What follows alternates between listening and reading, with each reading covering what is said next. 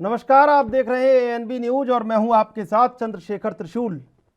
राजस्थान में मुख्यमंत्री अशोक गहलोत और सचिन पायलट के बीच लंबे समय से चले आ रहे घमासान पर विराम लगने जा रहा है।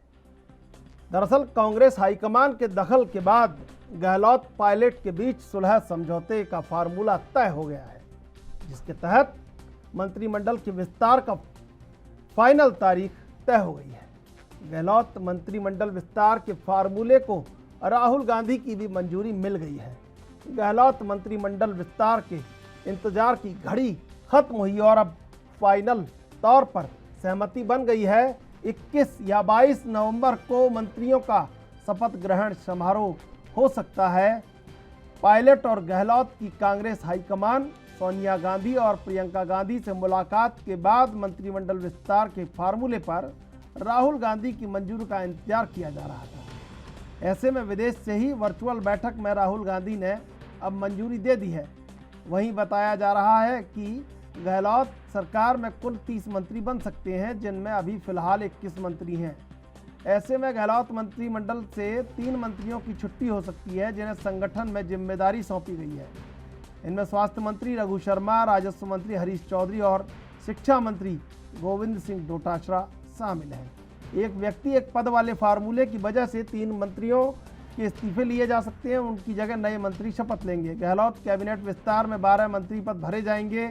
सूत्रों के अनुसार कांग्रेस हाईकमान के साथ मीटिंग में बनी सहमति में अशोक गहलोत के पसंद के 7 मंत्री बनाए जाएंगे, जबकि सचिन पायलट के पसंद के 5 मंत्री बनाए जाएंगे।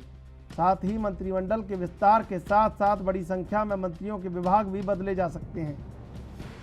पायलट और गहलोत के बीच नए मंत्री बनने वाले विधायकों के नामों पर सहमति बन गई है। पायलट गुट की ओर से हेमाराम चौधरी, दीपेंद्र सिंह शेखावत, रमेश मीणा, ब्रजेंद्र ओला और मुरारी लाल मीणा मंत्री बन सकते हैं। इसके अलावा कुछ पुराने मंत्री हटाए जा सकते हैं, जिसे लेकर सीएम अशोक गहलोत एक बार फिर चर्चा के लिए दिल्ली जा सकते हैं। ऐसे में वो दिल्ली नहीं गए तो प्रदेश प्रभारी अजय माकन को जयपुर भेजा जाएगा। कांग्रेस कार्यकर्ताओं और नेताओं को खुश करने के लिए राजनीतिक नियुक्तियां करने की रणनीति भी बनाई गई है। साथ ही विधायकों को संसदीय सचिव बनाने की भी संभावना है।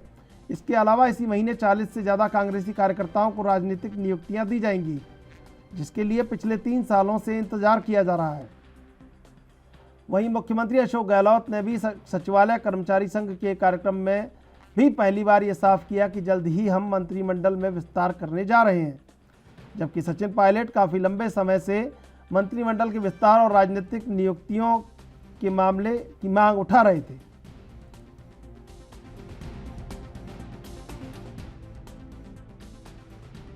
बहुत लंबे अरसे बाद में ये प्रोग्राम में आने का अवसर मिला। कोरोना की समय पर जो हमेशा प्रोग्राम होते आए हैं पहले शपथ ग्रहण के, तो मुझे भी आने का सौभाग्य मिला। इस बार ये प्रोग्राम देश से शुरू हो रहा है। मुझे लगता है कि आपके इस सुकून भरे शपथ ग्रहण समारोह का जो सुकून होगा वो इतना शानदार होगा कि हमारे जो सरकार का मंत्रिमंडल गठन है वो भी अब जल्दी हो जाएगा। लगता है कि हाथ में गाने रुकावट, अगर आप पहले करवा लेते तो हमारा मंत्रिमंडल भी पहले ही पुनर्गठित हो जाता। तो आप अंदाज लगा लीजिए कि आपके सचिवालय कर्मचारी संघ के सुकून को मैं किस रूप में मानता हूँ, ये आप समझ जाइएगा। इसके लिए मैं आपका आभारी हूँ। अब मुझे उम्मीद है कि अब कोई देरी नहीं होगी, जल्दी हमारा शपथ ग्रहण समारोह पूरा होगा।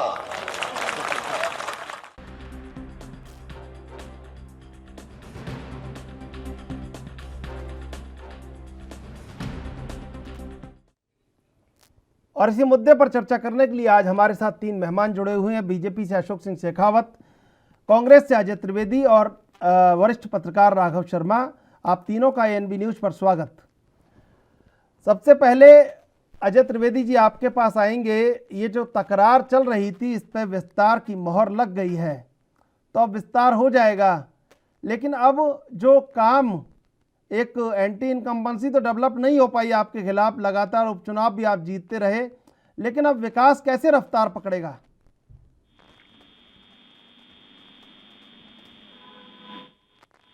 तकरार की बात क्यों करें? पहले कहा था कि हम लोग कुछ से तकरार की कैटेगरी ले आते हैं कि ये मंत्रिमंडल विस्तार होने वाला है, मुझे किससे पता नहीं स्थिति भी घोषित हो गई, अब होने वाला है।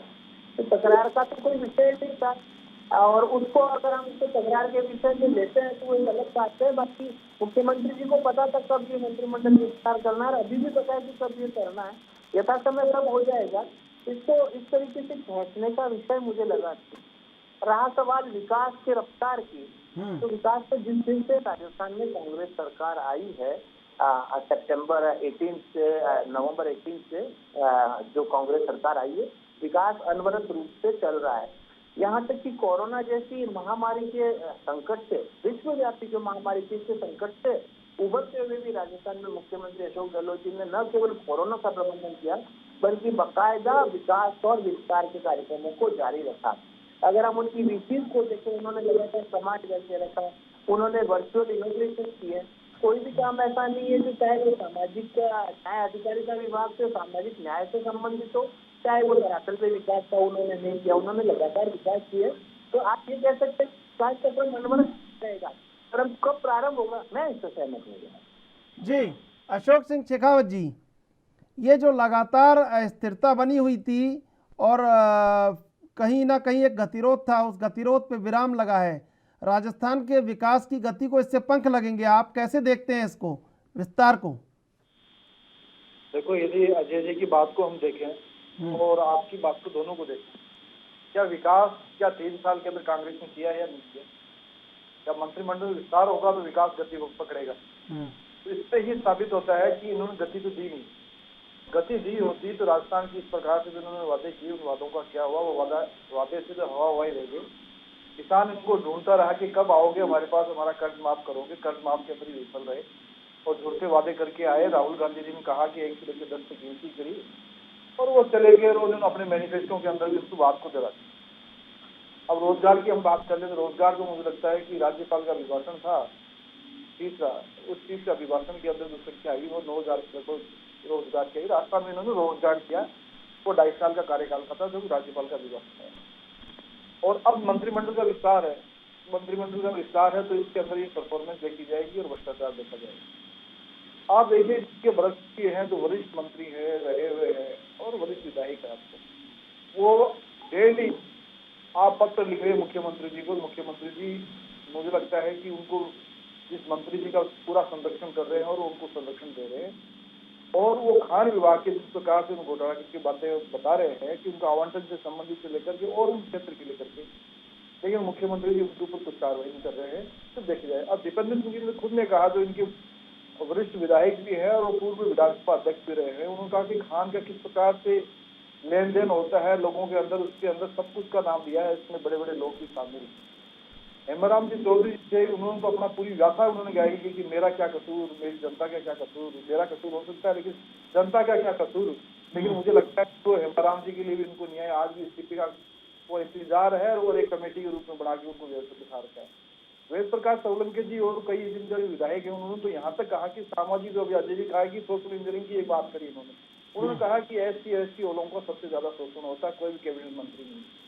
तो इससे बड़ा क्या होगा कि राजस्थान के अंदर किस प्रकार के इन 3 साल का शासन रहा और जिस प्रकार के PCC अध्यक्ष साहब है उनके बारे में तो बात ही बहुत छोड़ दीजिए आप।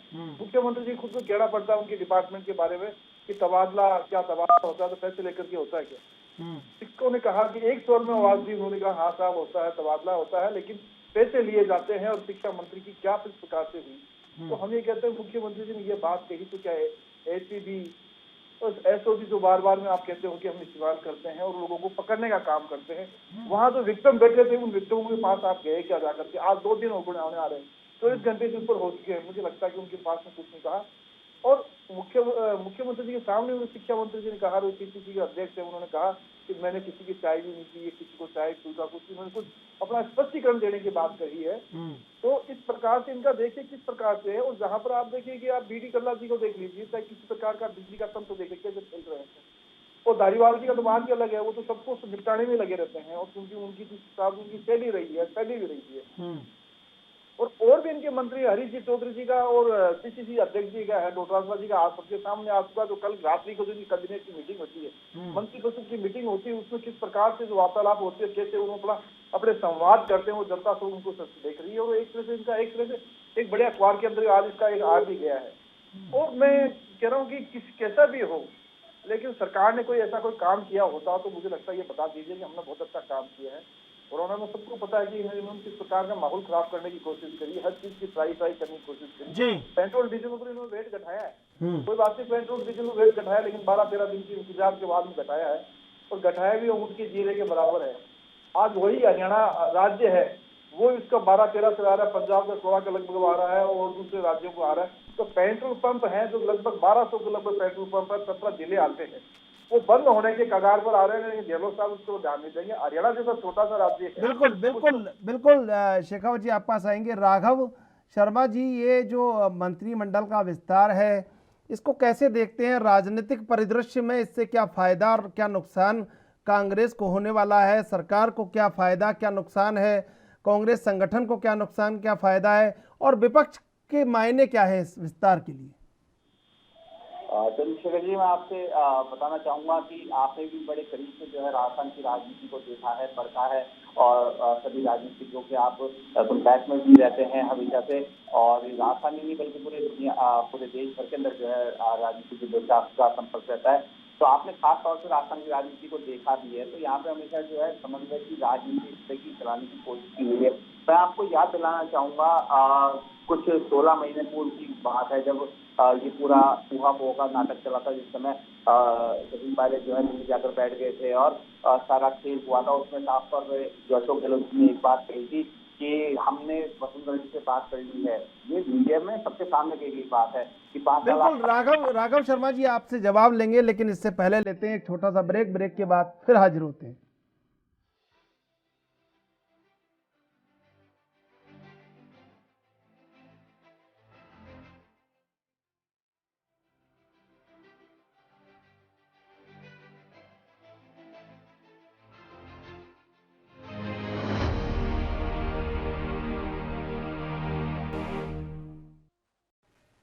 तीनों मेहमान हमारे साथ बने हुए हैं। आइए चलते हैं राघव शर्मा के पास। राघव शर्मा, आप जो जवाब दे रहे थे, राजनीतिक जो मायने हैं वो निश्चित रूप से कहीं ना कहीं समझने होंगे इन चीज़ों के। निश्चित तौर पर समझने बिल्कुल जरूरी है एक पूरे राजनीतिक मायने, क्योंकि हम जिस तरह से देख रहे हैं कि राजस्थान की राजनीति जो अशोक गहलोत जादूगर माने जाते हैं राजनीति के, और जो उन्होंने पूरा करिश्मा दिखाया भी इस तरह से कि अपनी पूरी जो राजनीतिक पारी है उसको संभालने की पूरी उन्होंने कोशिश करी। उन्होंने साफ तौर पर ये कहा कि आला कमान के आगे प्रधानमंत्री तक जाना पड़े तो मैं जाऊंगा। और वो उन्होंने मतलब पूरी, जिसको हम कह सकते हैं कि एक जीरो ग्रेविटी पे वो आ गए थे, लेकिन उसके बाद भी जो उन्होंने पूरी कमान को संभाल के रखा। अब वही बात आप देखें पूरी राजनीतिक घटनाक्रम की, तो चंद्रशेखर जी, अपने मीडिया के अंदर एक वर्ड होता है मीडिया ट्रायल। उसमें मीडिया ट्रायल के जरिए जो है खबरों को बुनाया जाता है या आगे का जो भविष्य होता है उसको तय किया जाता है। तो यहाँ तो राजस्थान की राजनीति में राजनीतिक ट्रायल जो है वो लगातार जारी है। यहाँ पे एक बार पहले एक कमेटी भी बना दी जाती है, सदस्य वो पूरा चेक भी करती है, फिर अपना पूरी बात को जो है आगे रखती है, प्रभारी बदल दिए जाते हैं, और फिर उसके बाद अभी इंतजार किया जाता है कि राहुल गांधी जो है आदेश से आएंगे, तो उसके बाद फिर हाँ भरेंगे। लेकिन फिर उसके बाद ये खबर भी आती है कि साहब राहुल गांधी ने वर्चुअली जो है मीटिंग करके इसको हाँ भर दी है कि आप मंत्रिमंडल का विस्तार कर सकते हैं। बात यहाँ तक भी है, विस्तार तो खैर होना ही है, बिल्कुल जाहिर सी बात है, क्योंकि अभी करीबन 30 नई गाड़ियों का ऑर्डर भी दिया गया है तैयार करने के लिए, तो वो भी प्रोग्राम हवाले से बात आ रही है। तो राजनीतिक नियुक्तियां होगी, लेकिन कितनी देर जो लगी है राजनीतिक नियुक्तियों में, ये कहीं ना कहीं जो है ये कहीं ना कहीं एक सोच का विषय है। अभी लेते हैं एक छोटा सा ब्रेक के बाद फिर हाजिर होते हैं।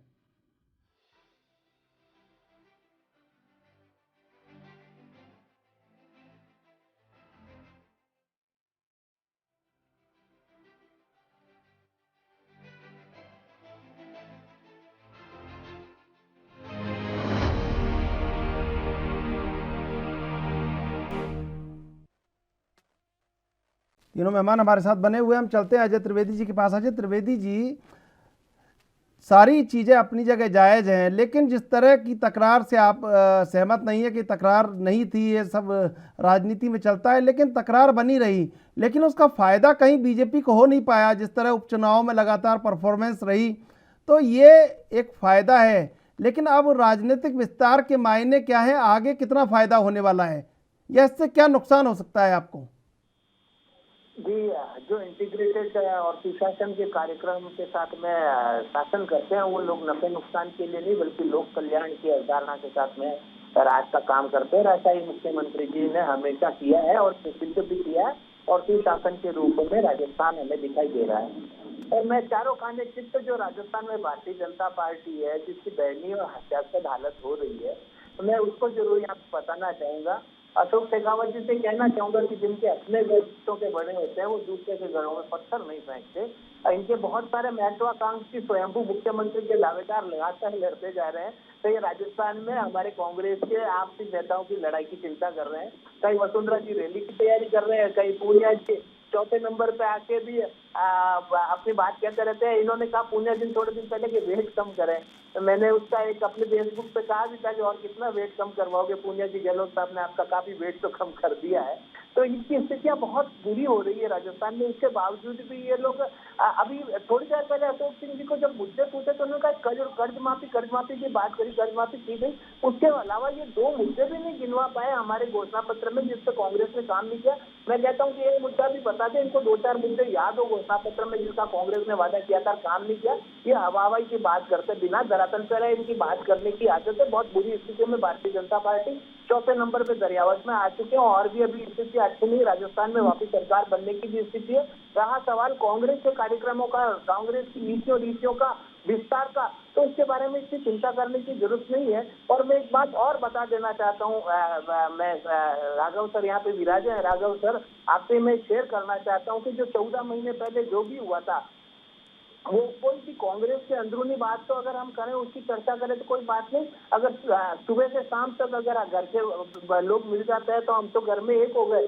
परंतु भारतीय जनता पार्टी ने उन्हीं दिनों में महाराष्ट्र में, कर्नाटका में, मध्य प्रदेश में लगातार शासन को गिराने का प्रयास किया था। ऐसे में एक सशक्त राजनेता के रूप में कांग्रेस के हमारे मुख्यमंत्री जी अशोक गहलोत ने भारी भरकम तरीके से मोदी जी को जवाब देकर राजस्थान की सरकार को गिरने से बचाया था। मैं तो उनको साधुवाद देता हूं कि लोकतंत्र की रक्षा करिए। लगातार लोकतंत्र में जहां पे मैंडेट नहीं आता, उसके बावजूद भी भारतीय जनता पार्टी सरकारें हासिल करने की कोशिश करती है। उसको जवाब देने वाला, विपक्ष में लोकतांत्रिक तरीके से जवाब देने वाला मुख्यमंत्री अशोक गहलोत हमारे साथ है। मैं उनकी न केवल बुरी बल्कि मन से और तेजी से उनकी बिल्कुल मैं प्रशंसा करता हूँ। और मैं को कहना चाहता हूँ, अशोक शेखावत जी के पास चलेंगे। अशोक शेखावत जी, अब जिस तरह कल मुख्यमंत्री ने, चंद्रशेखर जी, मैं आपसे एक बात निवेदन करना चाहूंगा बीच में जी। आज जो है जयपुर के एसएमएस स्टेडियम के अंदर भारत का और न्यूजीलैंड का जो है T20 मैच खेला जा रहा है, और आज की जो एक लीडिंग न्यूज पेपर है उसके अंदर भी एक खबर भी आई है दैनिक भास्कर के अंदर,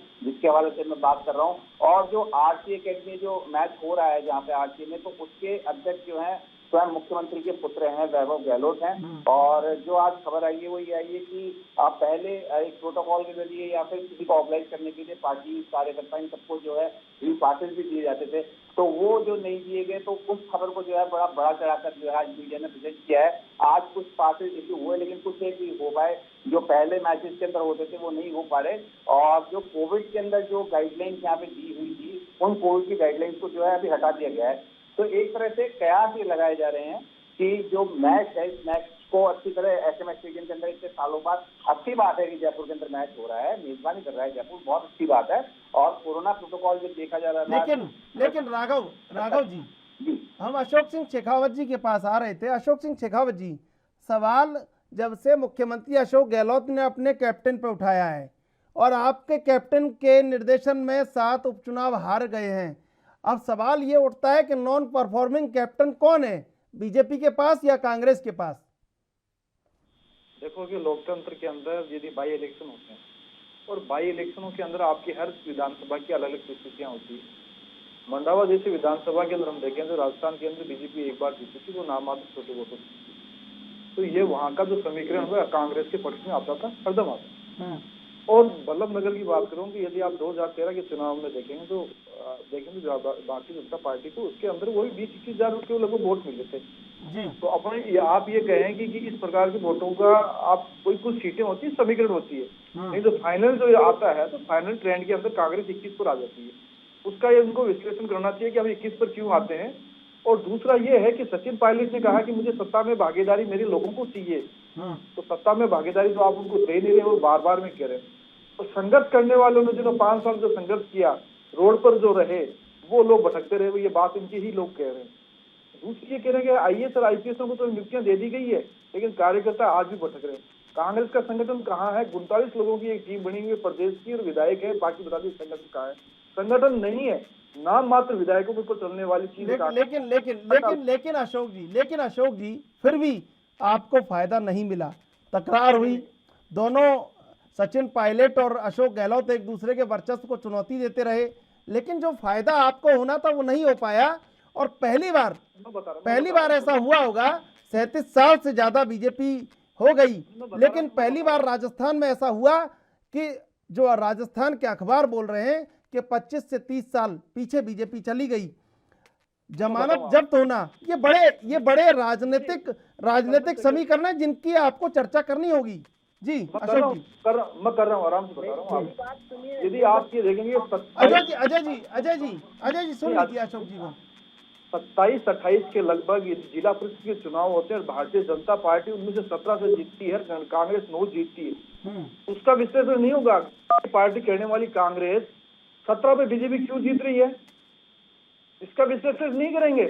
किसी विशेष क्षेत्र के अंदर जहां बीजेपी अधिकतर कम रही है, कुछ हमने कहा कि हमारे टिकटिंग के कारण से हुआ है, कुछ नैतिक फैसले हुए, उन कारण से हुआ। कांग्रेस उसमें बड़ा उत्साहित हो रही है, हमने ऐसा टिकट देने की कोशिश करी है, परिवारवाद नहीं चले, 5 पूरे भारतवर्ष में दिया तो हमने धारीवाद में टिकट देने की कोशिश करी है। तो एक विस्थापित जो हर लोगों को मौका मिले, वो हमने एक राजनीति करी है। जीत हार का एक अलग चीज होता है, कौन जीता कौन हारा। जब 200 विधानसभा के चुनाव होंगे 2023 के अंदर होंगे तो पता पड़ जाएगा कांग्रेस कहां पर आ रही है, वो 11-21 पर आ जाएगी कांग्रेस। आप ये कहना चाहते हैं कि प्रयोगात्मक तौर पे हारे? नहीं, प्रयोग नहीं, मैं राजनीति के अंदर एक आपका हो सकता है आकलन, लेकिन हम नहीं करा कि हमने एक ऐसे आदमी को टिकट दिया तो सरपंच जैसा आदमी था। देखिए एक परिवारवाद को नहीं दिया हमने। अशोक जी, जो बात होती है वो तो कहनी पड़ती है, सवाल पूछना पड़ता है। आप जिम्मेदार हैं, आप जिम्मेदार हैं, कद्दावर हैं, दुनिया की सबसे बड़ी लोकतांत्रिक पार्टी है, तो आपसे पूछने का बनता है। अजय जी कुछ कहना चाह रहे हैं आप? जी, मैं ये अशोक जी को ये कहना चाह रहा हूँ, इन्होंने कहा कि जिनको संघर्ष किया है सत्ता उनको मिलनी चाहिए। तब तो हिसाब से इन्होंने लालकृष्ण आडवाणी जी को प्रधानमंत्री बनाना था, परंतु उन्होंने 1980 से संघर्ष किया, आज तक ये उसका नाम भी नहीं ले पाते। मोदी जी के उम्र की राजनीति होती है, उम्र की राजनीति होती है, तो आप तो चिल्ला रहे हैं ना, संघर्ष करें, प्रधानमंत्री बनाए, उसके बाद नैतिकता और अरे वो तो हमारी पार्टी देखेगी ना, पहले अपनी करें। एक्चुअल में भारतीय जनता पार्टी की स्थितियां तो वो हो रही है, 2 साल से राघव जी एक साथ ये चरितार्थ कर रहे हैं, क्रिश्चियानी बिजली खंबा नोचे और गैर फार चौर अंगूर खट्टे नहीं। देखिए खट्टे तो पायलट जी के लिए बता रहे हो आप। जो है देखिए अजय जी कांग्रेस की परफॉर्मेंस, मुख्यमंत्री जी की परफॉर्मेंस अच्छी थी, इसलिए उपचुनाव जीते, वरना पिछली सरकार जो थी भारतीय जनता पार्टी की उसमें मैक्सिमम। जिला परिषद में क्यों आ रहे हैं आप? जिला परिषद में क्यों आ रहे हैं उसका बताइए ना आप। आपको हार को स्वीकार, अजय जी जिला परिषद के बताइए क्यों आ रहे हैं आप? आप लोग सही नहीं रहे। नगर निगम में आप क्यों आ रहे हैं, बताइए नगर निगम में क्यों आ रहे हैं आप? और यदि आप नैतिकता की बात करते हैं तो आडवाणी जी को प्रधानमंत्री बनाने के बाद में ज्ञान फैले। अब सर इतना लंबा, इतना पीछे मत जाइए, हम वर्तमान की बात कर रहे हैं। वर्तमान में भी वो जो आज सचिन पायलट कह रहे नहीं ना मेरे आदमियों को, लेकिन अशोक जी आपने आपके नेताओं ने ट्वीट किए और कई कद्दावरों ने जो मुख्यमंत्री पद के दावेदार माने जाते हैं राजस्थान में। और एक सबसे बड़ी बात ये रही कि राजस्थान में जो लोकप्रिय है, तमाम सर्वे आप आंतरिक रूप से स्वयं भी जानते होंगे, जो लोकप्रिय है आप उसे नकार रहे हैं। और जो लोकप्रिय, अजय जी सुन लीजिए, अजय जी, और जो लोकप्रिय नहीं है उसे आप लोकप्रिय बनाने की कोशिश कर रहे हैं। तो दूसरे प्रश्न बेमानी हो जाता है। सारे अगर जनप्रतिनिधि मिलकर मुख्यमंत्री मोदी जी का एक मानना चाहिए, उस चीज के बीच में, अम्ब्रेला के बीच में सभी आते हैं। बिल्कुल। और जहाँ तक मैं कांग्रेस, अशोक जी आपका जवाब लेंगे, लेकिन इससे पहले लेते एक छोटा सा ब्रेक के बाद फिर हाजिर होते हैं।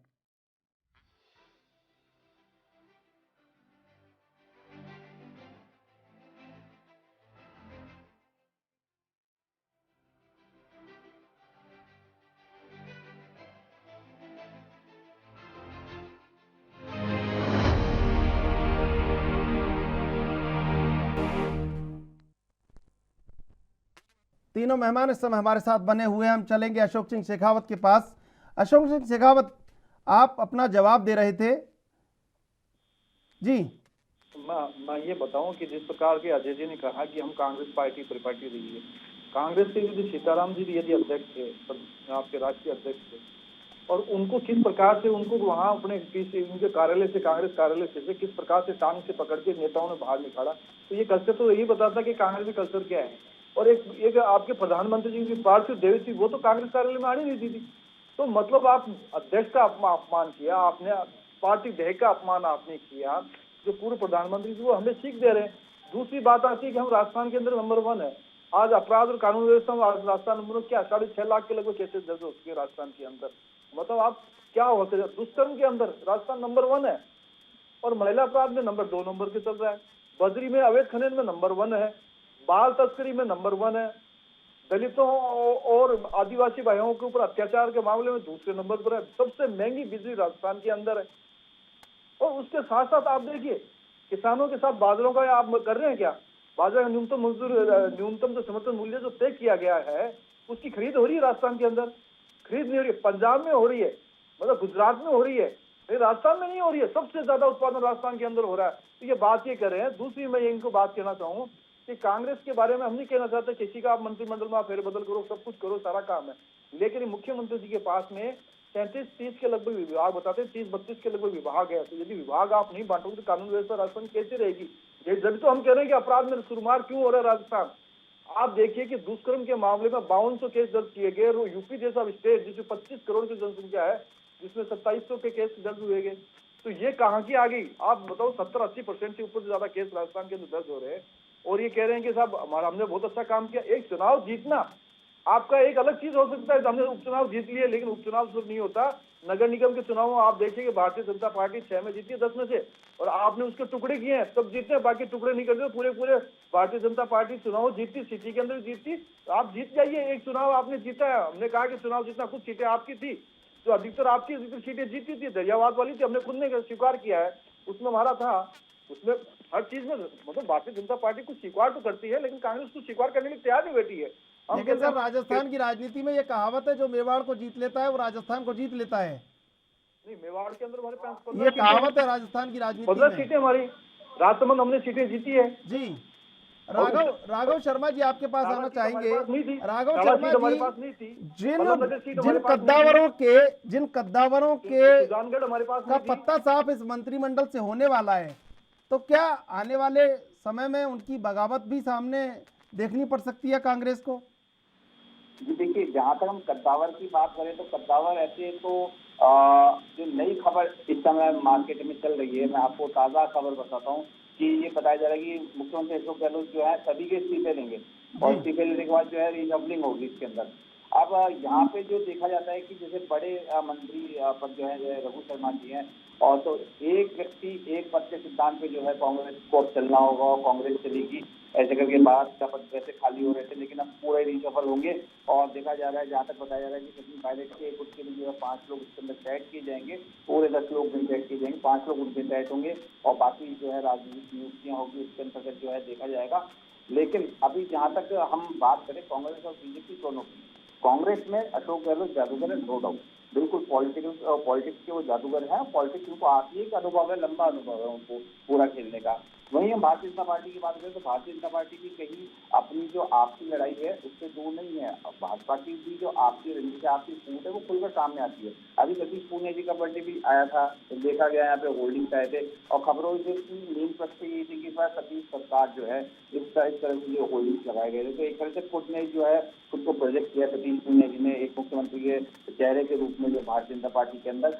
बहरहाल कांग्रेस और बीजेपी की दोनों की स्थिति जो है वो अभी लचर है, इससे हम सशक्त स्थिति को है किसी पार्टी की कह नहीं सकते। अब अल टप्पे के अंदर यहाँ पे कहा जा रहा है कि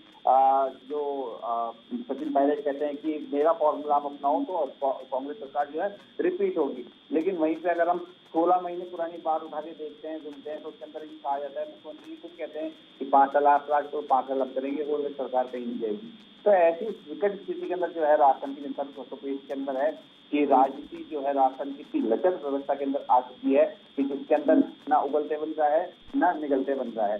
अब बहरहाल जो 22 और 23 तारीख का इंतजार जो है सभी लोगों को है, नीतियां जो है लगभग तैयार हो चुकी है और कुछ एक जो है बड़े फेरबदल जो है होने वाले हैं। इसमें अब बगावती तेवर जो है वो देखे जा सकते हैं, लेकिन एक प्रोमिनेंट गुट के जो सचिन पायलट गुट था उसकी रजामंदी सब कुछ हो रहा है, तो इसलिए हम ये नहीं कह सकते कि एकदम से जो है बगावत की जा सकती है, कोई बड़ा मंत्री बगावत करेगा। क्योंकि तो यहाँ पे साफ तौर पर रघु शर्मा जी को गुजरात का प्रभारी बना दिया गया है, तो उनका पद छोड़ना लगभग तय हो चुका है। उनकी जगह महेश जोशी जी जो है वो वरिष्ठ है, कांग्रेसियन है, तो वो शायद उस पद को संभालेंगे या फिर इसके अलावा दूसरा जो है वो संभालेगा। तो बहरहाल कांग्रेस के अंदर अभी पूरा सब कुछ जो है बिल्कुल बैलेंस करने की जो है पूरी कोशिश की जा रही है। एआईसी की तरफ से भी जो है काफी निर्देश दिए जा चुके हैं और बार बार मुख्यमंत्री भी जा चुके हैं, सचिन पायलट भी जा चुके हैं, अपनी अपनी बात रख चुके हैं और वहां से जो है आदेश प्राप्त हो चुके हैं। तो बहरहाल इंतजार इसी का है 22-23 तारीख का कि कब जो है मंत्रिमंडल का विस्तार हो, जल्द से जल्द हो। और बहरहाल भारतीय जनता पार्टी की जो सारी बात है वो मंत्रिमंडल विस्तार के बाद जो है वो बात बाद में बाहर निकल के आती है और उस समय निकल के आएगी जब सीएम प्रोजेक्ट करने की बारी आएगी, तब उस समय जो है भारतीय जनता पार्टी के अंदर जितने धड़े हैं वो बाहर निकल के सुविधा में आ सकते हैं। जी बिल्कुल। अशोक सिंह शेखावत जी, एक बात समझना चाहेंगे आपसे, जिस तरह का विरोध आपका रहता है विपक्ष के रूप में, वो विरोध राजस्थान में कहीं देखने को नहीं मिला और शायद इसी का खामियाजा आपको भुगतना पड़ रहा है। एक जो आंतरिक गुटबाजी है उससे ऊपर उठ के अगर विरोध किया जाता, सरकार के जो निर्णय थे, जो जिनका कहीं जनता में विरोध था, उसको आप सही तरीके से उठा नहीं पाए, शायद ये भी एक कमी रही बहुत बड़ी। और आपको स्वतंत्र भी आपको करना भी चाहिए। जिस प्रकार से पत्रकार एक चौथा स्तंभ होता है, पत्रकारिता होती है, वैसे एक विपक्ष भी एक चौथा स्तंभ ये विपक्ष के रूप में होता है और उसकी वो करता है, पालना करता है। और आप देखिए कि जिस प्रकार से मैं कह रहा हूँ कम से कम भी 10 से 11 बार जब से आदरणीय अध्यक्ष जी बने हैं उसके बाद में प्रदर्शन, धरना प्रदर्शन आप मंडल स्तर से लेकर के जिला स्तर से लेकर के प्रदेश स्तर पर किया गया। कोरोना की गाइडलाइंस थी, आपको मालूम कोरोना कितना चला, किस हिसाब से चला, फिर भी जगाने का काम किया और जगाना भी चाहिए। और आप लोगों ने भी जगाया, हमने भी जगाया, लेकिन मैंने आपको ये चीजें सारी चीजें बताई आपको। हम तो राजस्थान नंबर हर चीज में नंबर 1 हो रहा है। और आपसे जो एक चुनाव तो अजय त्रिवेदी जी को और आप दोनों को जगा रहे हैं कि लोकतांत्रिक अधिकारों के लिए जो जनता आपका इंतजार कर रही है उनको पुख्ता कीजिए। तो आपकी भूमिका भी जो आप भूमिका निभा रहे हैं वो भूमिका हम भी निभा रहे हैं जी। आप अपने कलम से जगाने का काम करते हो, तो हम हमारे जिस प्रकार के लोकतांत्रिक रूप से होता है उस लोकतांत्रिक रूप से सरकार को जगाने का काम करते हैं। जिस प्रकार से राघव जी ने कहा कि राजस्थान के अंदर क्या भारतीय जनता पार्टी की क्या स्थिति है, कई मुख्यमंत्री दावेदार हो रहे हैं, मतलब लोकतांत्रिक पार्टी के अंदर सबके समर्थक होते हैं, समर्थक अपने अपने विचारों करते हैं, कोई नारा भी लगाते हैं। तो इस प्रकार से कांग्रेस में भी होता है। कांग्रेस में जो सरकार थी तो कांग्रेस में नवरत्नों का नाम कहता तो नवरत्न बनेंगे, मुख्यमंत्री चलो गहलोत जी बने हैं, लेकिन उससे पहले कहा जाता कईयों को निपटाया भी गया था और कई चीजों चुनाव भी हारे हैं। तो ये लोकतंत्र में यही तो लोकतंत्र की खूबसूरती है कि सभी को अपने अपने समर्थक लोग बात करते हैं। तो यही तो भारतीय जनता पार्टी के अंदर है कि अपना विचार करें, बाकी बाद की बात होगी क्या है क्या चीज नहीं है। और आप देख लीजिए कि किस प्रकार से चुनाव के अंदर क्या भारतीय जनता पार्टी चुनाव नहीं जीत रही है। जिला परिषद के चुनाव हम जीते ही हैं, नगर निगम के चुनाव हमने जीते ही हैं, तो 2 बड़े चुनावों के अंदर ही हम जीत रहे हैं। तो मतलब भारतीय जनता पार्टी ये नहीं है कुछ अब है नहीं है। और 2000 आप देखेंगे 18 के चुनाव के अंदर भारतीय जनता पार्टी 33 सीटें जीती है, 0.5% का तो अंतर रहा था। जनता ने नहीं दिया, कोई बात नहीं, सरकार इनकी बनाई और उनको मुबारक है। लेकिन अब वर्तमान में आप देखेंगे तो क्या राजस्थान में हो रहा है। अब जिस प्रकार से मंत्रिमंडल का गठन होगा, गठन होने के बाद में असली चीज आएगी। अब अजय जी देखेंगे, बताऊं क्या होगा, किसको क्या मिलेगा, पद मिलेगा नहीं मिलेगा, फिर विस्फोट होगा नहीं होगा, लोग नाराजगी करेंगे नहीं, बसपा वाले भगेंगे, त्रिशूल भगेंगे नहीं कि 2 बार तो लेके आ चुके हो, मेरे लिए इनके पास में बैठे हैं 12-13 के लगभग। नहीं तो अब तो उनके लिए मजबूरी है अशोक जी, अब कहाँ जाएंगे बेचारे, अब तो आप ही बसते हो, या तो सचिन पायलट या अशोक गहलोत, अब कहाँ जाएंगे वो लास्ट है वो कि वो आपके पास आए बेचारे, कहीं सब जगह कहीं जगह ना मिले तो। लेकिन अजय त्रिवेदी जी जो बगावत होगी, बड़े बड़े कद्दावर ऐसे हैं जो लोकतंत्र में ये समझ बैठे हैं, वहां पर मंत्री पद पर बैठे हैं कि अब 50-100 साल कोई हटा ही नहीं सकता उनको। जब उनके पद छीन लिए जाएंगे, समझ तो आप रहे होंगे अच्छी तरह से, तो उनके पद छीन लिए जाएंगे तो आप समझते हैं कि वो तो उनके ऐसे बयान भी रहे हैं कि वो पूरी पार्टी को ही सल्टा सकते हैं अपने बयानों से। तो उस स्थिति में कैसे सामना करेंगे उस बगावत का, और उस बगावत को रोकने के लिए आपके पास फार्मूला क्या है? सर, अभी राघव जी ने बताया था कि एक चर्चा चल रही है कि सभी के जो है इस्तीफे लेके और उसके बाद में पुनर्गठन या नया प्रोसेस किया जाएगा। आप पास्ट हिस्ट्री में जाइए तो पिछली बार भी 2011 में माननीय मुख्यमंत्री जी ने सबके इस्तीफे लिए और बहुत शालीनता के साथ सभी को पद दिए और सभी ने मंत्रियों ने अपने कार्यभार संभाले थे। बगावत जैसी न स्थिति कांग्रेस में पहले थी न होगी। सभी शालीन और अनुशासित कार्यकर्ता है और भारतीय जनता पार्टी के लिए कहूंगा कि दिल्ली के बाग का छींका टूटने वाला है नहीं। यहाँ पे किसी भी सूरत में कोई बगावत नहीं होने वाली है और कांग्रेस में कद्दावर का कोई क्लासिफिकेशन है नहीं। यहाँ का छोटा से कार्यकर्ता लेके और मंत्री पद तक सभी लोग कद्दावर हैं, सभी लोग संतुष्ट है और माननीय मुख्यमंत्री जी के नेतृत्व में, अशोक गहलोत साहब के नेतृत्व में शालीनता के साथ काम करने के लिए तत्पर है। ये सारी हाइपोथेटिकल बातें हमें करने का कोई औचित्य सिद्ध नहीं होता कि अब मंत्रिमंडल का गठन होगा, फिर कद्दावर को हटाया जाएगा, उसके बाद में विरोध होगा और उसके बाद में भारतीय जनता पार्टी शायद शासन में आ जाए। ऐसा कुछ होने वाला नहीं है। ये सभी कयास है और कयास लगाना उचित है। ये तो वो उम्मीद कर भी नहीं रहे, ये उम्मीद तो वो कर भी नहीं रहे। लेकिन अब अशोक सिंह शेखावत जी, अब आप फिर कहेंगे कि हमारे दरवाजे खुले हैं जो लोग वहां से आना चाहें उनके लिए? क्योंकि उनके उम्मीद चारों खाने चित्त हुए, इसलिए उनको कुछ मिला नहीं, आगे भी कुछ मिलने वाला नहीं है। कांग्रेस में ना बगावत थी, ना है, न रहेगी। ठीक है, घर की बातें घर में आपस में एक दूसरे को भाई भाई भी अपनी बात और अपने के लिए बात करते हैं तो कर ली, तो इसमें कोई बहुत बड़ी बात नहीं हो गई है। बहुत आराम से शासन चलेगा, शानदार पुनर्गठन होगा और राजस्थान की जो विकास का रथ दौड़ रहा है उसकी गति और बढ़ेगी। अशोक सिंह शेखावत जी, अब आप कहेंगे कि द्वार खुले हैं हमारे, जो लोग आना चाहें उनके लिए? यदि मंत्रिमंडल का गठन होगा, आप मुस्कुराने लगे अशोक जी, मुस्कुराने लगे। मुस्कुराहट तो मैं कह रहा हूँ अजय जी जैसी प्रकार ये आप एक बार ये कह दीजिए, आप कहेंगे कि नहीं कहेंगे कि द्वार खुले हैं हमारे, आप आ सकते हैं अब ऐसी स्थिति में? नहीं, मैंने बताया कि आपका मंत्रिमंडल गठन होगा, मंत्रिमंडल के गठन में यदि इनके मनमुटाव होगा, सरकार को यदि संकट आएगा तो संकट को तो इनको खुद को निपटना है। कि मुख्यमंत्री जी तो खुद आप कह रहे हैं कि सब वो तो बहुत बड़े जादूगर हैं, तो वो अपना निपट सकते हैं। कैसे निपटना है, कितना सा नहीं निपटना है, बाकी अजय जी ज्यादा बता सकते हैं कि क्या होगा क्या नहीं होगा। आप अपने दरवाजे खोलोगे या नहीं खोलोगे, ये बताओ? नहीं, मैं कह रहा हूँ लोकतांत्रिक रूप के अंदर कोई का आना जाना, किसी का आते भी चाहते भी, सबको कोई बात नहीं। लोकतंत्र में सबको है अधिकार है, स्वतंत्र है, कहीं किसी दल में जाए तो भारत के नागरिक ही वो दल तो बाद में बनते हैं ना। अब कोई विचारधारा किसी पार्टी को लेकर सम्मिलित होता है आता तो बात हमें सीख जाए। जवाब दे दिया आपने कि दरवाजे खुले रहेंगे या नहीं खुले रहेंगे, दरवाजे बंद कर लेंगे? दरवाजे नहीं, मैं कह रहा हूँ खुलना नहीं खुलने का कोई बात चीज में कि मंत्रिमंडल का गठन होता है तो मंत्रिमंडल के गठन के अंदर सबको भागीदारी कैसे मिलेगी? मिलेगी तो ये सचिन पायलट वाले गुट जी को कम मिलेगी या वो जो बैठे ने दिल्ली जो बैठे थे तो सरकार बचाने के लिए, तो सरकार बचाई थी हमारी, उनके लिए क्या? आप कौन से गुट के लिए दरवाजे खोलेंगे? अशोक गहलोत वाले गुट के लिए, सचिन पायलट वाले गुट के लिए? नहीं, हमारे दरवाजे खोलने नहीं खोले फर्क नहीं पड़ता ना। दोनों गुट के लिए खुल जाएंगे। इनके पास है बहुमत, इनके पास है, हमारे से क्या होगा? बहुमत इनके पास है ना। भले ही बहुमत इनके पास हो, बहुमत तो पहले भी इनके पास था, लेकिन आपने जिस तरह इनको पूरा ये कहीं रिसोर्ट में और कहीं जाना पड़ा, कहीं आना पड़ा, भागदौड़ मचानी पड़ी, दिल्ली और जयपुर के रास्ते बंद करने पड़े, ये सब आप ही के कारण हुआ। आपने एक ट्वीट कर दिया, आपका वेलकम है, यहाँ भगदड़ मच गई। लेकिन अब आपसे पूछ रहे हैं कि अब आप कौन से गुट के लिए? क्योंकि आरोप लगता रहा है राजस्थान की राजनीति में कि गहलोत और वसुंधरा राजे साथ साथ हैं। अब सचिन पायलट वाले गुट के विधायकों के लिए रास्ते खुलेंगे या नहीं खुलेंगे, जो मंत्री नहीं बन पाए उनके लिए? ये तो ज्यादा होता तो अजय जी बता सकते हैं ज्यादा करके उनके लिए। आप क्या लेकिन खुश हो रहे हैं आप इस बात से? क्या बताएं? खुश हो रहे हैं आप इस बात से? जनता भी देख रही है कि किस प्रकार से और राघव जी को पता। राघव शर्मा जी, ये जो दरवाजे खुलने और बंद होने की बात है, अब बगावत होगी क्योंकि कद्दावरों के कद छीने जाएंगे, तो ऐसे में कैसे देखते हैं? इसके राजनीतिक मायने क्या है? बीजेपी को क्या फायदा हो सकता है?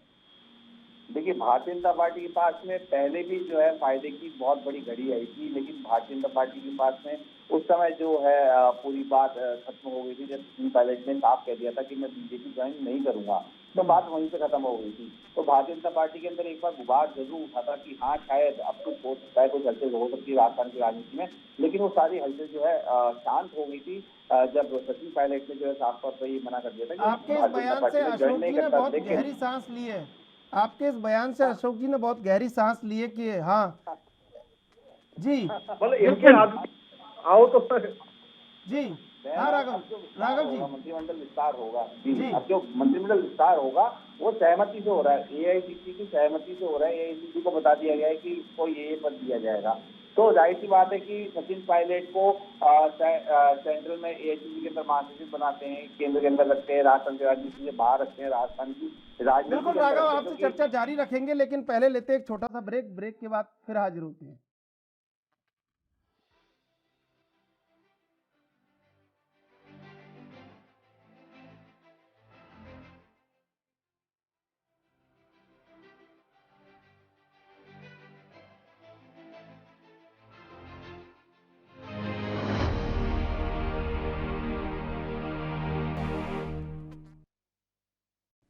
तीनों मेहमान हमारे साथ बने हुए, हम चलते हैं राघव शर्मा के पास। राघव शर्मा, एक बात ये भी है कि जो नए मंत्री बनाए जाएंगे और पुराने मंत्री जो हटाए जाएंगे, तो एक तरह से जो अशोक गहलोत मजे हुए खिलाड़ी हैं उनको सबको संतुष्ट करना आता है, लेकिन फिर भी कुछ ना कुछ बगावत तो होगी।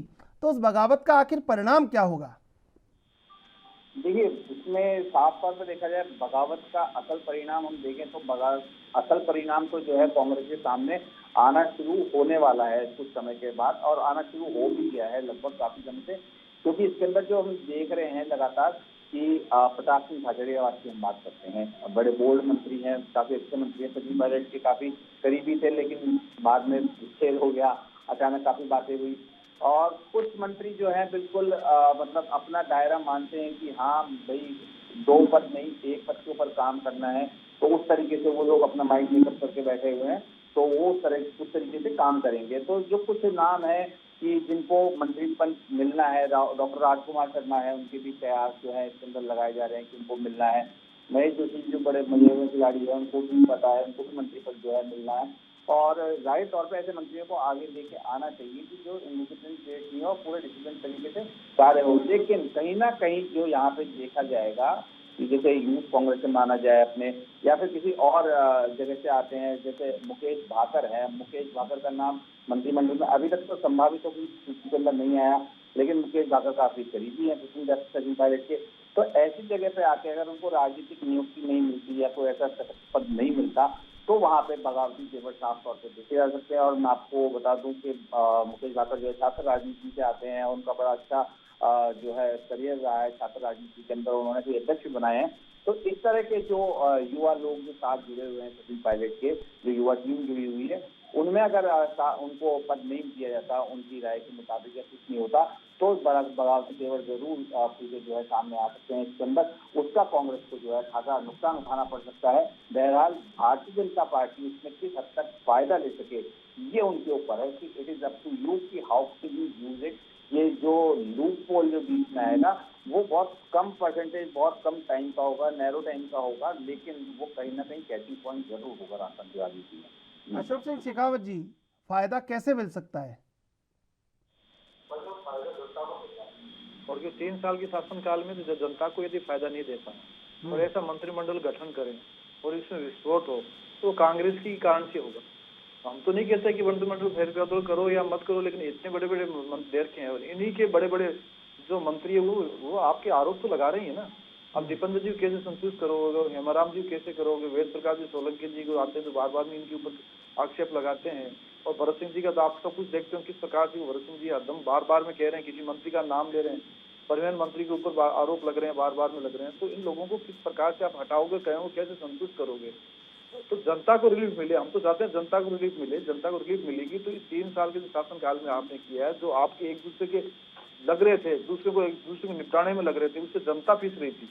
सड़कों की हालत आप देखिए। अच्छा अशोक सिंह शेखावत जी, आप जैसे वेद प्रकाश सोलंकी का 2-3 बार नाम ले चुके हैं, तो इस हिसाब से आप उन्हें मंत्री बनने देना नहीं चाह रहे हैं, क्योंकि जिला प्रमुख को लेकर जो प्रकरण हुआ, अब आप जैसे जैसे बार बार नाम ले रहे हैं तो ऐसा लग रहा है कि कहीं ना कहीं सिंपैथी है उनके प्रति बीजेपी की। नहीं है, वो बार बार में के अंदर सरकार पर आरोप लगा रहे हैं। और सरकार पर आरोप लगाने का मतलब उन्हीं का ही विधायक सरकार पर आरोप लगाता है तो ये प्रश्न चिन्ह उठता है, जो आप भी लगा बार बार उठाते प्रश्न चिन्ह, और एक स्वतंत्र रूप से उन्होंने प्रश्न उठाया है। तो वो प्रश्न लगाया है, तो उन प्रश्नों का जवाब तो सरकार को ही देना पड़ेगा, मुख्यमंत्री को देना पड़ेगा। अब उसका जवाब तो आप कहोगे साहब विपक्ष से ढूंढ के लेके आएंगे, वो बात अलग चीज है। विपक्ष कहाँ से ढूंढेगा? विपक्ष तो आपके साथ साथ ही है। विपक्ष तो जमदार रूप से कर रहा है, और जमदार सुन कहाँ रहे हैं? सुनने वाले होते हैं तो बात ही कहाँ होती है। तो हर दिन आप देखो किस प्रकार से लेके आ रहे हैं। अब वेट कम किया तो जो भी 13 दिन बाद में वेट कम किया उसको कैसे प्रसारित करें साहब? हमने वेट कम कर दिया, तो साथ साथ आपने बिजली की दरें भी बढ़ा दी। आपने यहाँ देखिए 33 पैसे बढ़ा दिया, जो कि 9 बार बढ़ाया इन्होंने, 6.5 करोड़ रुपए। अशोक सिंह शेखावत जी, बात तो वही घूम फिर के आ जाती, फिर भी वो चुनाव नहीं हार रहे हैं इतना कुछ करने के बाद भी। चुनाव तो मैंने कहा जिला परिषद चुनाव आ रहे हैं ना, बुरी तरह से आ रहे हैं जी, नगर निगम के बुरी तरह से आ रहे हैं। उसका जवाब तो कांग्रेस दे नहीं रही, आज तक नहीं दे रही। ग्रामीण में कहते हैं तो ग्रामीण के बहुत बड़े बादशाह हैं। चुनावी 2 करोड़ 48 लाख मतदाता थे उसके अंदर। लगातार राजस्थान की राजनीति में चल रहा है चंद्रशेखर जी, तो उसका भी जो है राजनीतिक कुछ परिदृश्य जो है उसमें देखने को मिल सकता है। तो फोन टेपिंग मामला जो लगातार बना हुआ है राजस्थान की राजनीति के अंदर, लाभी लोकेश जी को भी ओएसी साहब जो पूर्व में थे मुख्यमंत्री के, तो उनको भी जो है बुलाया गया था। वो हालांकि गए नहीं थे बार बार बुलाने पे भी, तो उस मामले पे भी जो है बीजेपी को कुछ हद तक लाभ मिल सकता था। बीजेपी कुछ उठा सकती थी उसके लाभ, लेकिन वो नहीं हो पाए, वो बैलेंस नहीं कर पाएगी चीज के अंदर। तो कुछ ना कुछ तो है। लेकिन अशोक जी, बीजेपी का एजेंडा क्या रहेगा? मंत्रिमंडल विस्तार के बाद जो मंत्री 3 साल तक रहे उनका परफॉर्मेंस कार्ड आप चार्ट लेके आएंगे जनता के सामने, या आने वाले समय में कैसे करेंगे? जनता ही दे रही है, और हर मंत्रियों के बारे में मैंने आपको गुणा दिया। आपको तो दोबारा से कर दूं, और कुछ मंत्रियों का नाम और बता दूं आपको, जिस पर बार बार में इन्हीं के लोग आक्षेप लगा रहे हैं। जनता लगा रही है, मीडिया लगा रही है, विपक्ष लगा रहा है। लेकिन कौन मंत्री आप बता दीजिए एक बार, अजय त्रिवेदी जी सुन ले अच्छी तरह से। मैं कह रहा हूँ स्वायत्त शासन मंत्री देख लो किस प्रकार से आपने देखा पट्टों के अंदर। वो तो नहीं हटेंगे उनके बारे में, अशोक गहलोत जी ने कह दिया है साहब। वो तो नहीं हटेंगे। उन्होंने कहा कि उन्होंने कहा कि 15 से 20 साल तक तो हम डटके नहीं जाएंगे। अंगद का पैर उन्होंने कहा कि अगली बार सरकार आएगी तो शांति धारीवाल मिनिस्टर होंगे। आप देख लीजिए। अब दूसरा नाम बताइए आप देख लीजिए, पीसीसी चीफ है, आप देख लीजिए, पीसीसी चीफ देख लीजिए। अब राजस्व मंत्री जी को देख लीजिए आप, हैं खान मंत्री को जी को देख लीजिए, परिवहन मंत्री जी को आप देख लीजिए, और आप उस शिक्षा मंत्री को भी हो सकता है कुछ बताएं कि साहब उनकी परफॉर्मेंस सही नहीं थी, तो उनको भी कर सकते हैं। बाकी के लोगों को देखो किसको पुरस्कृत करते हैं, उनको पुरस्कृत मिलेंगे जो उन्होंने कहा, जो उन्होंने इस हिसाब से काम किया, उनको तो पुरस्कृत करेंगे। अच्छा अजय जी, अब तकरार तो कुछ है नहीं, बगावत कुछ है नहीं, आपके यहाँ तो बिल्कुल सब अच्छे से चल रहा है, किसी तरह की कोई परेशानी है नहीं, कहीं से कहीं तक कुछ भी नहीं है। ये तो मंत्रिमंडल विस्तार आप ऐसे ही कर रहे हैं ताकि कुछ और लोगों का मन रह जाए।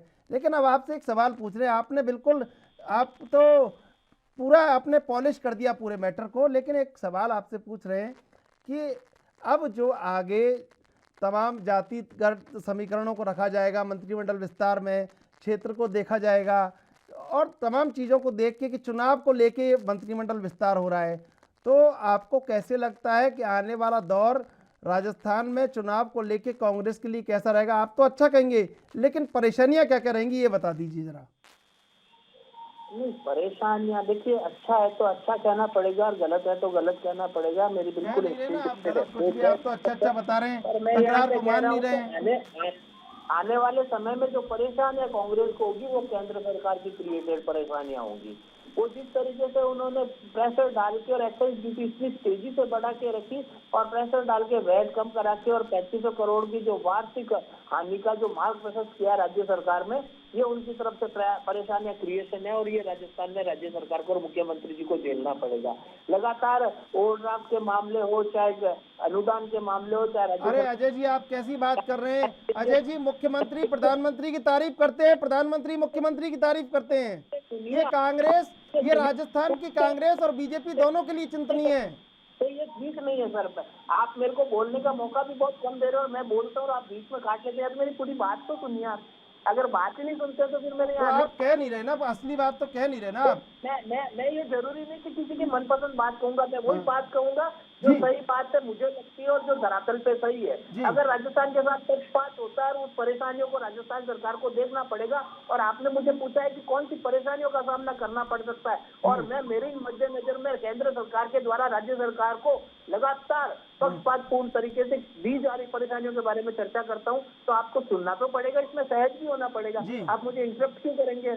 सर हमें तो कोई सर मैं हमें इतने आपसे और सबकी बातें बीजेपी से कोई लगातार दिक्कत एक नहीं घंटे किसी से से। सहज होकर सुन रहा हूँ। जी। तो तब ऐसा क्या कारण है कि केंद्र सरकार के बारे में और केंद्र सरकार के पक्षपातपूर्ण रवैये के बारे में बोलते ही इंटरप्ट करते हैं? नहीं नहीं, आप बोलिए सर, खूब बोलिए आप।